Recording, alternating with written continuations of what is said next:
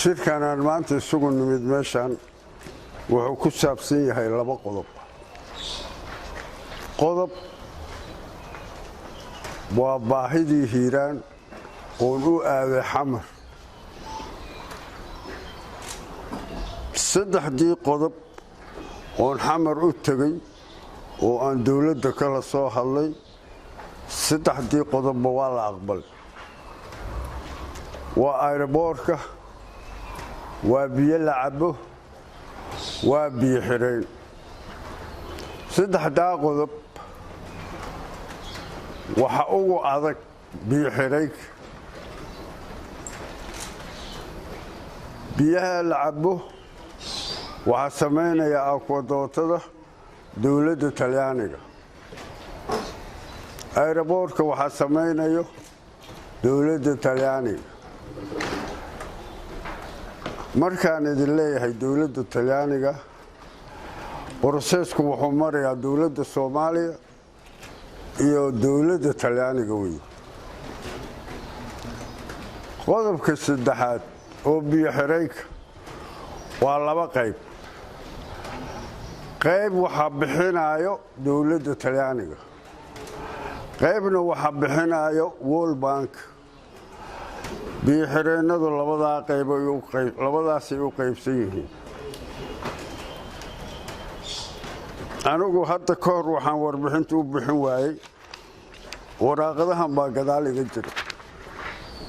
qofku wuxuu sheegayo inuu runtiis tahay ina beentiis tahay waa inuu buruuf wax cad keeno. waa waraaqadihii ogolaashada oo kuwaas, ninkii rabo koobi waa la siina, ninkii rabo waa sawiran karaa.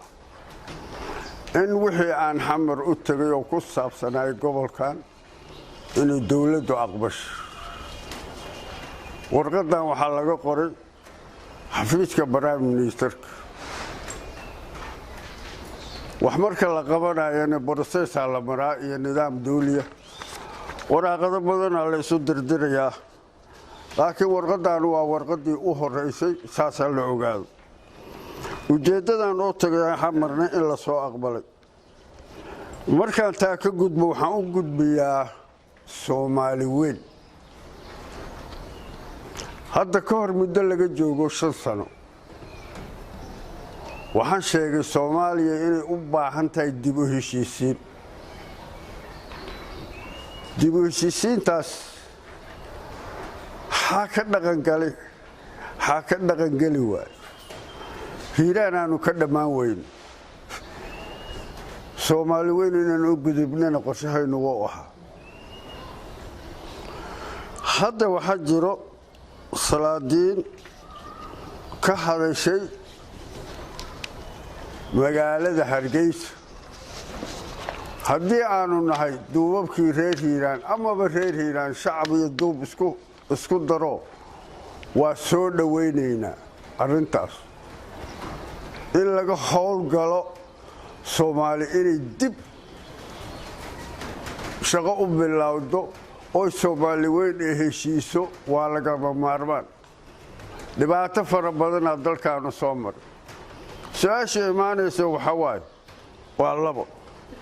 wal dadkan dhibaato ma loo celiyaa oo dhibaato maa u dhiman, mase waa laga gudbaayo wax masaalaxa la isku dayaa in la gaaro. soo dhaweynta salaadiinta waanu ogolnahay, waa soo dhaweynaynaa, waa aqbalnay. wixii Soomaali u maslaxada reer hiiraan haddaan nahay waa ogolnahay. su-aalaa ka soo baxaysa meeshaa. su-aasha soo baxaysa maxay tahay? waxaa jira dastuurka, waxaa la yidhi 4.5. haddii dastuurkeennu oo qabyaalad sheegaa oo qabyaalad ka hadlaa, dastuurkii 4.5 oo qabiil ku salaysan yahay, qabiilkii ma la diidi karaa base waa la qaadan? waa su-aal Soomaali weyn dhex taalla.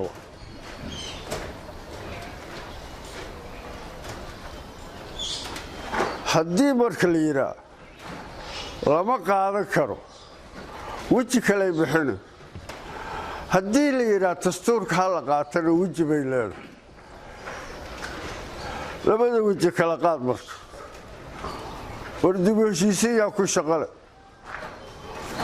in la isweydiiyo su'aasha u baahan ay Soomaali horta dhinac wax isula wado aa loo baahan yahay war haddii dib u heshiisiin dastuurka inay qabiil sheegayo dib u heshiisiin ayaa kugu shaqale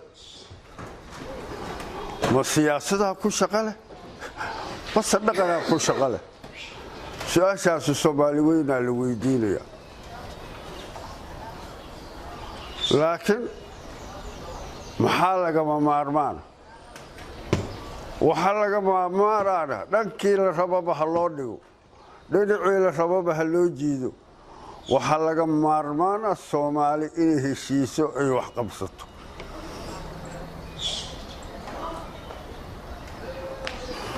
su'aashu bal heli karaa wasalama heli karo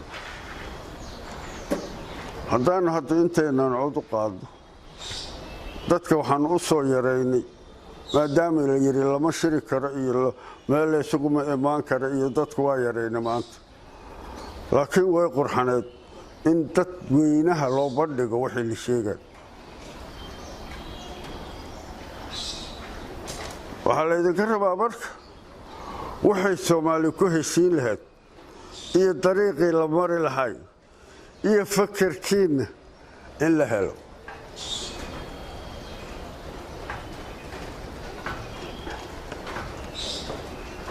dastuurku 4.5 sheegay waa qabiil dib u heshiisiinna waa la sheegay waayo dariiqeen marina ma dib u heshiisiinta qabiil aan aadayna ma maamul iyo aan aadayna iyo siyaasad dadweynaha la rabaa inay kala saaraan marka